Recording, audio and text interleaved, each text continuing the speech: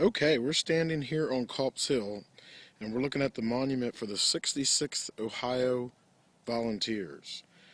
We're going to talk about the action here of the 66th Ohio on Culp's Hill on July 3rd, 1863.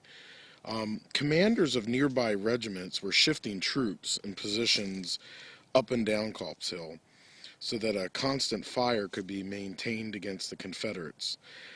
Bullets were slamming into trees and men.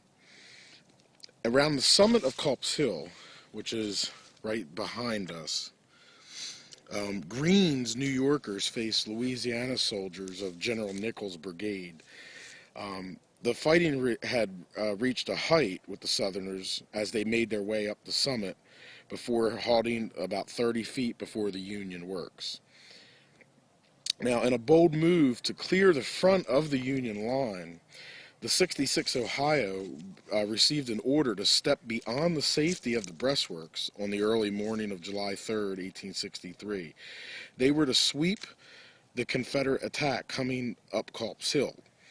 Now, this order left the unit with their flank in the air and it exposed them to enemy attacks.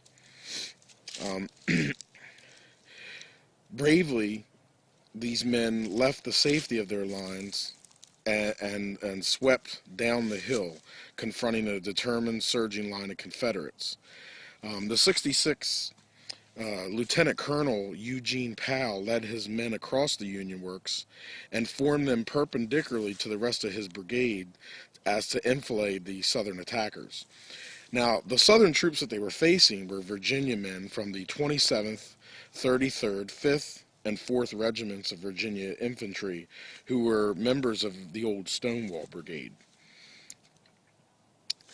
Now, led by this brigade being led by James Walker, the Virginia Brigade rather, being led by Brigadier General James Walker of General Johnston's division of Ewell's Second Corps.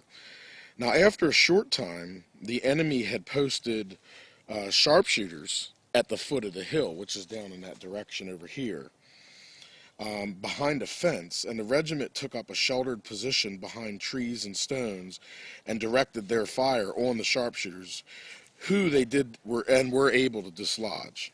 And that was key, dislodging those sharpshooters. Their fire would pin down many Confederate troops after they began their assault, and with no opportunity to flee or advance, many surrendered right where they were at. The 66th Ohio was instrumental in preventing a successful Confederate assault and helped to secure the extreme right flank of the Union line. Now, during this sweep, Major Joshua Palmer fell mortally wounded.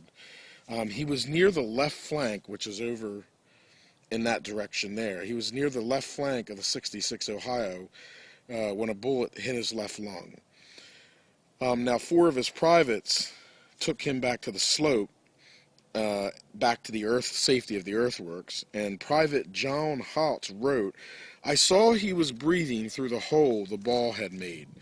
I took a fine silk handkerchief, and I happened to have wet it in my canteen and pressed it against the wound."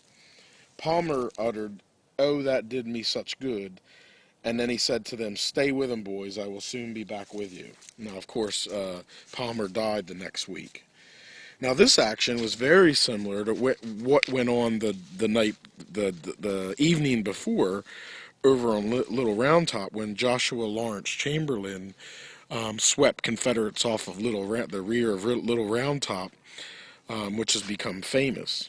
This was a very similar action, and a lot of times is looked at as the 20th Maine of Culp's Hill, the 66th Ohio. Now, Lieutenant Colonel L.H. Suller of the 50th Virginia, looking at the same action from his vantage point, said, "We tried again and again to drive the enemy from their position, but at length we were compelled to fall back, worn down and exhausted. At one time we were within a few feet of the works, but their fire was so heavy we could not stand it." By 10 o'clock in the morning, the Union counterattack had succeeded, and the hill was securely in Union hands. The battle for Culp's Hill was over. And that happened just as Johnston's exhausted soldiers retreated across Rock Creek, leaving the woods filled with dead and wounded. Now, as far as the 66 Ohio's monument is concerned, this is the right flank marker here. You have to excuse the movement. This ground is very, very steep and very rocky. It sits at the summit of Culp's Hill, just outside the Union breastworks. And after taking an active part on July 2nd and establishing the line further up to the right, the 66 at daybreak on the 3rd was ordered to have this sweeping action. The monument indicates at the point that the crossing of the works took place.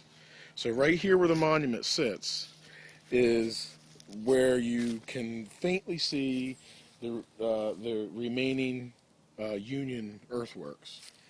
It stands on one of the huge granite boulders, which are, of course, embedded in the hillside and surrounded by trees. And it commands a view over Benner's Hill, which is straight ahead in that direction. And we did a video earlier on Benner's Hill, so if you want to go back and view that video after this one, you'll get a vantage point of Benner's Hill firing here at Culp's Hill. Well, this action was taking place at the same time. So the monument, which is frequently in the center of the battle line, is near the right flank of the battle line, but it's right where the 66 Ohio made their crossing over the breastworks and confronted the Confederate attack. Now, as far as there was 316 soldiers that were engaged here. There was 1 killed, 17 wounded. The officer that was killed was Major Joshua G. Palmer, field officer, and he was mortally wounded on July 3rd. Now, as far as soldiers of this regiment who are buried here, there's one, and that would be Private John McClary of Company D. He's buried in the Gettysburg National Cemetery in Section A, Lot 15. Now, I'm going to take a real quick look. That was the right flank marker.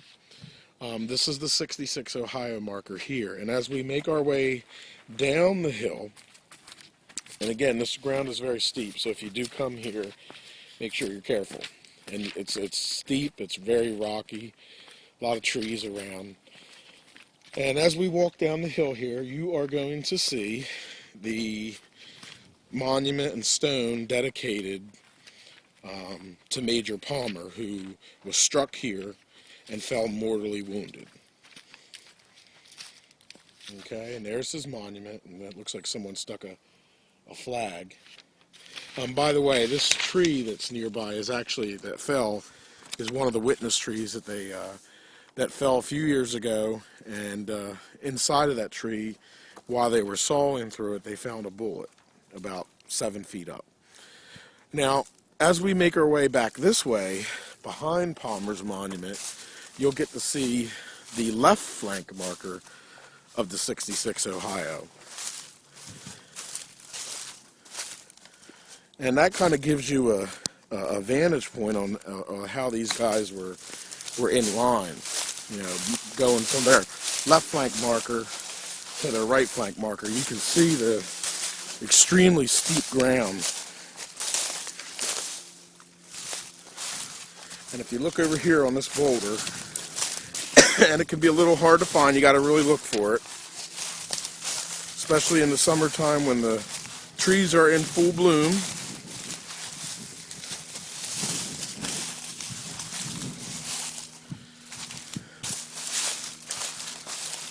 This would be the left flank marker of the 66 Ohio Volunteers. So you have the left flank marker, then just over there in the middle of your screen is the Palmer stone. And if I move to the right and you look in the center of the screen, you will see the 66 Ohio's monument.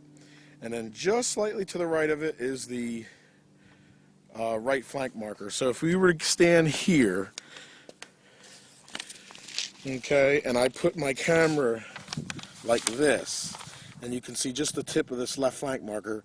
From here, past the 66 Ohio monument, over to the right flank marker is the line of 316 troops that fought on Culp's Hill at the earthworks and crossed those earthworks and swept the Confederates back down the hill on the early morning of July 3rd, 1863.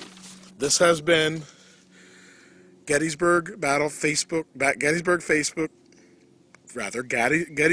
Battlefield Facebook online with the 66 Ohio Volunteers at Culp's Hill.